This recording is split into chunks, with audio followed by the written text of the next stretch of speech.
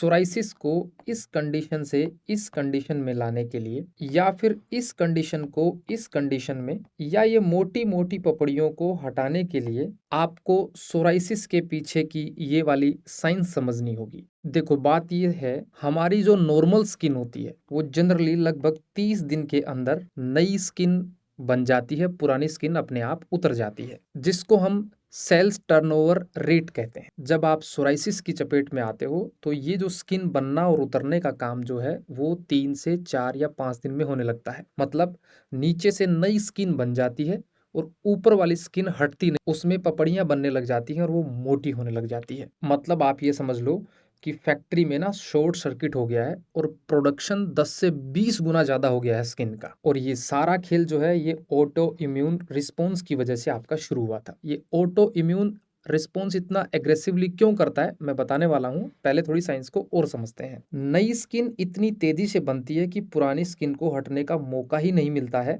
और इससे जो है सेल्स के ऊपर सेल्स जमा होने लग जाती हैं, पाइल अप हो जाती है। जब सोराइसिस होता है ना तो आपकी स्किन के जो नीचे वाला हिस्सा होता है उसमें खून की नलियां थोड़ी मोटी हो जाती हैं ताकि खून का सर्कुलेशन बढ़ पाए और जो नई स्किन बन रही है उसको जल्दी जल्दी खून मिल पाए। इसका ये रिजल्ट होता है कि सफ़ेद पपड़ी बनने लग जाती है, लालपन, खुजली, भयंकर रेडनेस रहने लग जाती है और धीरे धीरे स्केल्स बन जाते हैं, वाइट और ग्रे कलर की पपड़ियां बनने लग जाती हैं। जब ये सोराइसिस लंबे समय तक 4, 5, 10 सालों तक रहता है ना तो इसकी एडवांस्ड स्टेज होती है जिसमें आपका सोराइसिस स्किन के अलावा अब अंदर हड्डियों में जाने लग जाता है, जोड़ों का दर्द चालू हो जाता है, जिसको सोराइटिक अर्थराइटिस कहते हैं। ये एक ऐसी भयंकर पेन की स्थिति है जिसमें स्किन के साथ हड्डियों के अंदर भी आपको भयंकर दर्द चालू हो जाता है। अब ये समझते हैं कि ऐसा हो क्यों जाता है, स्किन जो 30 दिन में बननी चाहिए वो 4 दिन में, 5 दिन में क्यों बनने लग जाती है। तो आप ये समझिए, ये सारा खेल है इम्यून सिस्टम का। इम्यून सिस्टम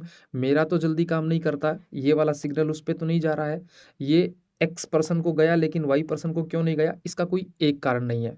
जनरली जब आप पढ़ेंगे तो आप ये पाएंगे कि इसका एक जेनेटिक कोज है, लेकिन जिनको जेनेटिक नहीं है सोराइसिस उनको भी सोराइसिस हुआ तो उनका होता है वर्क लाइफ बैलेंस, स्ट्रेस का होना, उल्टा सीधा भोजन, एक दूसरे के विपरीत भोजन करना। मैं आपको एग्जाम्पल देता हूँ, हमारा शरीर रात को सोने के लिए बना है लेकिन हम रात के दिन पढ़ाई करना, मूवी देखना, घूमना फिरना करने लग जाते हैं। तो ये लाइफस्टाइल जो चेंज हुआ है इसकी वजह से इम्यून सिस्टम को गलत सिग्नल चला गया, और इसी गलत सिग्नल की वजह से जो 30 दिन का जो काम था स्किन बनाने का वो अब 4 दिन में होने लग गया है। सर फिर एक बात बताइए, क्या सभी लोग जो रात को लेट तक जाते हैं या जिनका लाइफस्टाइल खराब है क्या सबको सोराइसिस होता है? इसका एक कोई एकमात्र जवाब नहीं है कि आपने ये एक्टिविटी की इसकी वजह से सोराइसिस हो गया।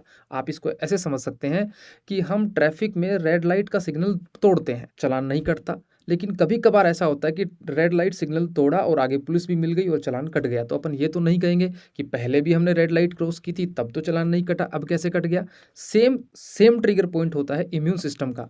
हम पहले रात को जागते थे लेकिन हमें सोराइसिस नहीं हुआ या कोई भी ऐसी ऑटो इम्यून डिजीज नहीं हुई, लेकिन पिछले 2 साल में या पिछले 1 साल में हमको ये होने लग गया है, जबकि हमने इस पिछले 1-2 साल में तो ऐसा कुछ किया भी नहीं है। मतलब इसका एग्जैक्ट रीज़न क्या है ये पता लगाना बड़ा मुश्किल का काम है, लेकिन कंक्लूजन ऑफ द स्टोरी ये है कि इम्यून सिस्टम का काम करने का जो तरीका था उसको एक ऐसा गलत सिग्नल मिला जिसकी वजह से उसकी रफ्तार जो 30 दिन में स्किन बनानी थी वो अब 4 दिन में बनने लग गई है। तो अब आते हैं इसके सॉल्यूशन पे। तो सर इसका सॉल्यूशन क्या है? देखिए, हमारी बॉडी के अंदर एक नेचुरल हीलिंग पावर होती है, उसके अंदर एक हीलिंग पावर होती है। अब हमको कोई एक ऐसी मेडिसिन या एक ऐसा कोई काम करना पड़ेगा जिसकी वजह से हमारा लाइफस्टाइल में जो चेंज होने की वजह से गलत सिग्नल हमारे इम्यून सिस्टम में चला गया था वो ठीक होने लगे। अब वो होगा कैसे? उसके लिए आप अलग अलग दवाइयाँ लेते हैं। आप starting first line of treatment allopathy English दवाइयाँ लेते हैं, कई लोग उनसे ठीक भी हो जाते हैं। जो एलोपैथी को लंबे समय से यूज करते हैं उसके बाद जब एलोपैथी काम करना बंद कर देती है तो कई लोग आयुर्वेद में जाते हैं या होम्योपैथ में जाते हैं। मैं आपको बता सकता हूँ कि होम्योपैथी की साइंस क्या कहती है इसके पीछे। देखिए, एक सिंपल सी बात समझिए, आप एक चारपाई पे लेटे हुए हैं, आप चारपाई पे बैठे थे, आपको पता लग गया कि आपके नीचे से सांप चला गया है। तो मेरे को बताइए, क्या आपकी बॉडी के अंदर कुछ रिएक्शन होगा कि नहीं होगा? कुछ आपका इम्यून सिस्टम या आपका माइंड सिम्टम कुछ चेंज होंगे कि नहीं होंगे? भय का माहौल होगा कि नहीं होगा? ना तो सांप ने आपको छुआ है, ना आपको सांप ने काटा है, कुछ भी अभी तक नहीं हुआ है फिजिकली, लेकिन आपके शरीर में और आपके दिमाग में कुछ एक्टिवेशन प्रोसेस होने लग गया है कि नहीं होने लग गया है। यही कंसेप्ट है होम्योपैथी का। होम्योपैथी की दवाइयाँ बाहर से काम नहीं करती हैं, ये एक एक्टिवेशन, एक इम्यून सिस्टम को सिग्नल के ऊपर काम करती हैं और इसी सिग्नल को हम कहते हैं वाइटल फोर्स सिमुलेशन। इस वाइटल फोर्स सिमुलेशन में होम्योपैथी में ना टोटल 3 मेडिसिन का सहारा लिया जाता है। पहला होता है एंटी मियाज्मेटिक मेडिसिन। ये एंटी मियाज्मेटिक मेडिसिन क्या करती हैं, आपका जो रूट कोज है, आपका लाइफस्टाइल हो गया, जेनेटिक हो गया, या आपने जो भी काम किया जिसकी वजह से आपको सोराइसिस की पहली बार आपको पता लगा कि मेरे को सोराइसिस हो गया, उसका पता लगा के कुछ दवाइयाँ चूज की जाती हैं। सेकंड होता है आपका कॉन्स्टिट्यूशनल रेमेडीज। देखो सारा खेल मैंने बताया इम्यून सिस्टम का है। कॉन्स्टिट्यूशनल जो रेमेडीज हैं वो आपके इम्यून सिस्टम को एक सिग्नल देती हैं वापस नॉर्मल होने का, इम्यूनिटी पावर को स्ट्रॉन्ग करती हैं ताकि वो बैलेंस हो जाए और शरीर ही शरीर को ठीक करने लग जाए।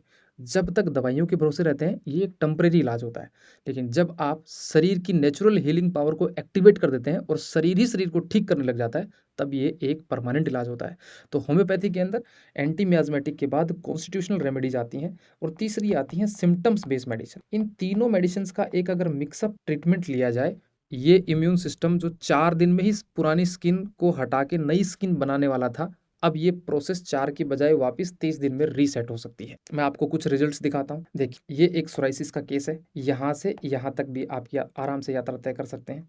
ये देखिए मोटी मोटी पपड़ियाँ बननी चालू हो जाती हैं, उसके बाद आप ट्रीटमेंट लेने के बाद कुछ यहाँ पे पहुँच जाते हैं। और ये कोई एक मेडिसिन नहीं दी जाती है, ये केस टू केस बेसिस पे डिफरेंट होता है। हर व्यक्ति का दिमाग, हर व्यक्ति का भय, हर व्यक्ति का इम्यून सिस्टम अलग तरीके से रिएक्ट करता है, तो ये कस्टमाइज सॉल्यूशन बनता है। और दिखाता हूँ मैं आपको कुछ। अगर ये वाला सोराइसिस इनको 2-3 साल और रह जाता ना, तो ये सोराइटिक अर्थराइटिस में बदल सकता है। मतलब स्किन जब पूरी डैमेज होने हो जाती है, उसके बाद ये बीमारी आपके हड्डियों को खाने लग जाती है अंदर से। तो वो एक बहुत भयंकर कंडीशन होती है। उसको होने से पहले इसको आराम से रोक सकते हैं। इम्यून सिस्टम को आप ये सिग्नल पहुंचा सकते हैं होम्योपैथी की मदद से कि वापस ये प्रोसेस 4 दिन की बजाय 30 दिन में होने लग जाए। और केस दिखाता हूँ मैं आपको। देखो ये एक स्किन कंडीशन थी, इनकी गर्दन के अंदर ऐसा कुछ था और ट्रीटमेंट लेने के बाद इनकी गर्दन वापस उसी स्थिति में लौट के आने लग गई। एक हाथ का केस है, देखो एक्जिमा का केस है, ये बिल्कुल पहले से भी अच्छे हाथ हो जाते हैं आपके। और केस दिखाता हूँ मैं आपको। ये भी एक छोटा सा स्किन कंडीशन था, एक पैच बना था, दाद टाइप बना था, और ये वापस ठीक हो। तो ऐसा नहीं है कि सोराइसिस ठीक नहीं हो सकता है, बस आपको जरूरत है एक सही ट्रीटमेंट की। और कोई भी ट्रीटमेंट गलत नहीं है, आप जो भी ट्रीटमेंट ले रहे हैं वो सही है, लेकिन उससे इलाज नहीं हो रहा है तो आप चेंज कर जाएं, स्विच कर लें। जरूरी नहीं कि एक ही प्रॉब्लम का एक ही सॉल्यूशन 10 साल से नहीं हो रहा है तो भी आप वही सॉल्यूशन का यूज कर रहे हैं। Change the solution,